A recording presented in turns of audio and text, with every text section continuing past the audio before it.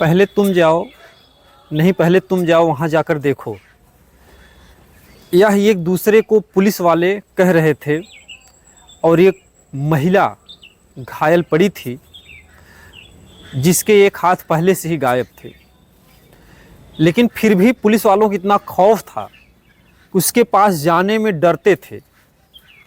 यानी कि एक दूसरे को कह रहे हैं पहले तुम जाओ, पहले तुम जाओ, पहले तुम जाओ।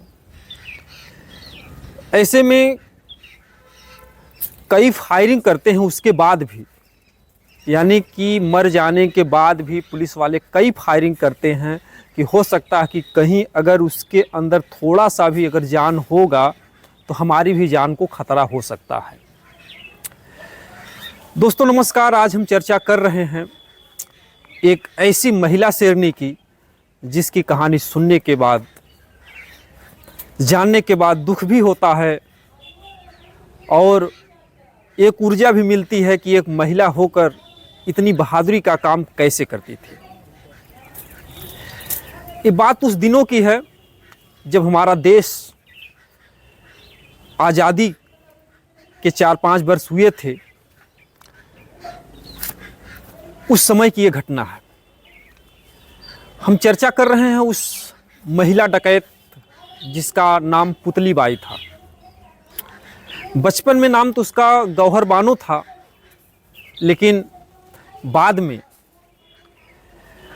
क्योंकि पुतली बाई कहीं ना कहीं से नाच गाकर अपना जो रोजी रोटी था यानी पेट पर्दा था चलाती थी। 1926 में गौहर बानो का जन्म हुआ था क्रांतिकारी शेर राम प्रसाद बिस्मिल के गांव रूअर बरबरई में। इनके पिता का नाम था नन्हे खां और माता का नाम था असगरी। नन्हे खां और असगरी इन दोनों का यही पेशा था, अपना पेट पर्दा चलाने के लिए गांव-गांव जाकर नाच गाने का प्रोग्राम करते थे। उनसे जो कुछ भी पैसा मिलता था उससे अपने जीवन का खर्चा चलाते थे। कुछ दिन के बाद जब 1926 में इस बच्ची का जन्म हुआ जिसका नाम माँ बाप ने गौहर बानो रखा।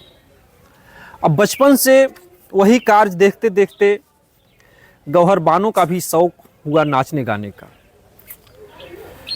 तो ये इतनी सुंदर थी, बचपन से इतनी सुंदर थी कि यानी जो भी देखता था इसकी नाच को वो आशिक हो जाता था। गौहर बानो नाचती थी और उसका जो भाई था, उसका बड़ा भाई, वो तबला बजाता था। जब धीरे धीरे सयानी हुई, जवानी की दहलीज पर जैसे ही इन्होंने पहला कदम रखा, किसके पैरों की जो घुंघरू की आवाज़ थी उससे कहीं जो है सुरीली गौहर बानो की भी आवाज़ थी। इसके मुंह से जो भी गीत गाने निकलते थे और ये जो नाचती थी, जो एक बार आंखों से देखता था वो पलकें अपना झपकाता नहीं था। ऐसे में धीरे धीरे इसकी चर्चा जो है चारों तरफ फैल गई।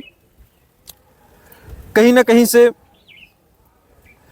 एक कानपुर, आगरा, धौलपुर, जगह जगह इसकी महफिलें लगने लगी। जब धीरे धीरे विख्यात होने लगी तो इसकी माँ जो असगरी थी गौहर बानो को लेकर आगरा में गई, एक भाड़े के मकान में रहने लगी और इसलिए कि यहाँ से हमें चर्चा खूब होगी और पैसे खूब मिलेंगे। और ऐसे में महफिल लगाने लगी और ग्राहक दिन दूना रात चौगुना बढ़ते गए। कुछ ही दिनों में इतनी विख्यात हो गई पुतली बाई, क्योंकि जब ये नाचती थी तो एक पुतली की ही तरह लगती थी। यानी इसके पैरों को कोई देख नहीं पाता था, कोई ज़मीन पर हैं या हवा में उड़ रहे हैं, इसलिए उनका नाम पुतली बाई रख दिया लोगों ने। अब भीड़ इतनी ज़्यादा बढ़ने लगी क्योंकि तमाम आशिक भी होने लगे, तमाम पैसों की बौछार होने लगी। जब भी ये नाचती थी पैसों की तो झड़ी लग जाती थी। लेकिन धीरे धीरे इतनी भीड़ बढ़ने लगी कि असगरी जो उनकी माँ थी उस भीड़ को संभाल नहीं पाती थी। उसके भाई को भी परेशानी होने लगी, क्योंकि कहीं ना कहीं से आप लोग जानते हैं कि जवान बहन बेटियों को बचा कर रखना इस समाज में जो कुछ दरिंदे प्राणी हैं बहुत मुश्किल का काम होता है, और वह भी एक जो इस लाइन से जुड़ा हो, नाचने गाने वाले। मजबूर होकर असगरी फिर गौहर बानो को लेकर के अपने घर पुनः जो है चली आती हैं। अब यहीं से, अब चूंकि रोजी रोटी का कोई साधन तो है नहीं, लेकिन जो नृत्य कला थी गौहर बानो की, यहीं घर पर ही अपनी महफिल लगाती थी और दूर दराज से ग्राहक आते थे। और ये इतनी मशहूर हो गई थी, इतनी चर्चा हो गई थी कि यहाँ पर नाचते नाचते, मतलब कि इसकी जो खबर थी, जो खूंखार बीहड़ जंगलों में जो डाकू रहा करते थे, डाकुओं तक पहुंच गई। उसी में से एक डाकू था सुल्ताना। वो सुल्ताना डाकू नहीं जिसको अंग्रेजों ने फांसी के फंदे पर 1924 में झुला दिया था, एक वो सुल्ताना डाकू, वो अलग था। बस उसी लाइन से जुड़ा ये दूसरा सुल्ताना डाकू था। ये भी एक दिन आया चर्चा सुनकर गौहर बानो के नृत्य कला को देखने के लिए, और यहाँ पर आता है, इसकी नाच को देखता है गौहर बानो की, यानी पुतली बाई की, और मंत्र मुग्ध हो जाता है। कह लीजिए कि वो पूर्ण रूप से मोहित हो जाता है। और जाते वक्त गौहर बानो को नोट की ढेरों सारी गड्डियां दे जाता है। जैसा कि आप लोग जानते हैं, डाकू लोग का काम क्या है कि बड़े लोगों की छिनैती करना। जो भी पैसे बड़े या छोटे से उनको क्या मतलब है, पैसों की कमी तो होती नहीं है, मजदूरी तो करना नहीं कि 100-200 रुपये का मुंह देखना है। ऐसे में वो मोटी गड्डी जो है गौहर बानो की हाथों पर रखता है और मुस्कुराकर चला जाता है।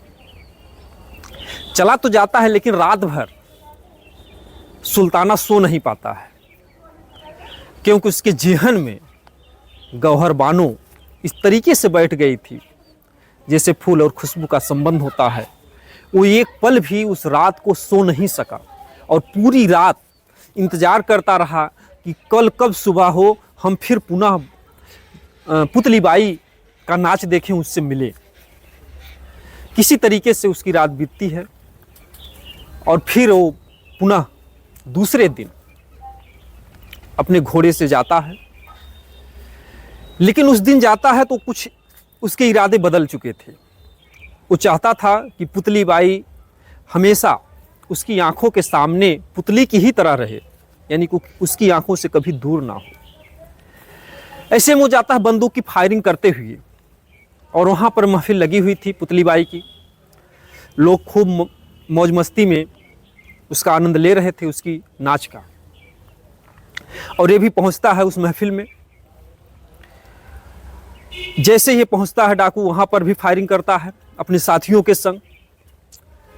और इसके बाद पुतली बाई सीधा उसके पास जाती है, क्योंकि पुतली बाई जो है बचपन से ही निर्भीक थी, निडर थी, उसे कोई डर नहीं था, कोई खौफ नहीं था। और वो जाती सुल्ताना के पास, बोलती है, आखिर में तुम क्या चाहते हो? सुल्ताना बोला कि मैं तुम्हें चाहता हूँ। पुतली बाई बोली कि ऐसा कहाँ हो सकता है? सुल्ताना बोला, क्या नहीं हो सकता? अगर नहीं हो सकता है तो सीधा क्या किया कि पिस्तौल ले जा करके उसके भाई जो तबला बजाता था, उसके भाई की कनपटी पर लगा देता है और बोलता है, तुम हमारे साथ चलती हो या नहीं, यस या नो में जवाब दो। अब चूंकि पुतली बाई अपने भाई से काफ़ी प्रेम करती थी, क्योंकि बचपन से ही वो तबला बजाता था और उसकी धुन पर वो नाचती थी। भाई बहन का एक अनोखा प्यार और मोहब्बत भी होता है। और यहाँ पर सुल्ताना डाकू वही डायलॉग अपनाया जैसा लोग फिल्मों में करते हैं, हीरो की बहन को, बेटी को या किसी को फंदों पर लटका देते हैं और सामने वाले से अपने मनमाना काम करवाते हैं। पिस्तौल जैसे ही लगाया तैसे ही पुतली बाई ने हाँ कर दी कि चलो ठीक, हमारे भाई को मत मारो, मैं तुम्हारे साथ चलती हूँ। पुतली बाई को सुल्ताना ले जाता है अपने पास, और वहाँ पर कहते हैं कि कोई साथ में रहते रहते धीरे धीरे वो भी उसी में ढल जाता है। अब पुतली बाई को भी सुल्ताना डाकू से प्यार हो गया। अब मजबूरी समझिए या जो कुछ भी समझिए, लेकिन पुतली बाई भी अब सुल्ताना डाकू को नहीं छोड़ना चाहती थी। ऐसे में कुछ दिन साथ रहते रहते पुतली बाई प्रेग्नेंट हो जाती है, यानी गर्भवती हो जाती है। गर्भवती होने के 3-4 महीने बीत जाते हैं और पुतली बाई कहती है सुल्ताना से कि हमें हमारे गांव छोड़ दो। सुल्ताना बोला वह क्यों?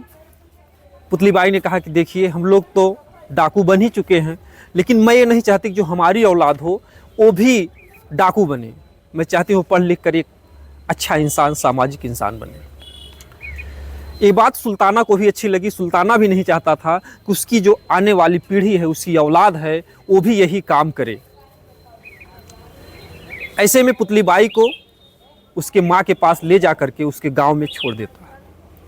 और जैसे ही पुतली बाई घर पर आती है, पुलिस वाले पुतली बाई को जा करके थाने में उठा ले जाते हैं और वो गर्भवती थी, फिर भी उसकी भरपूर पिटाई करते हैं।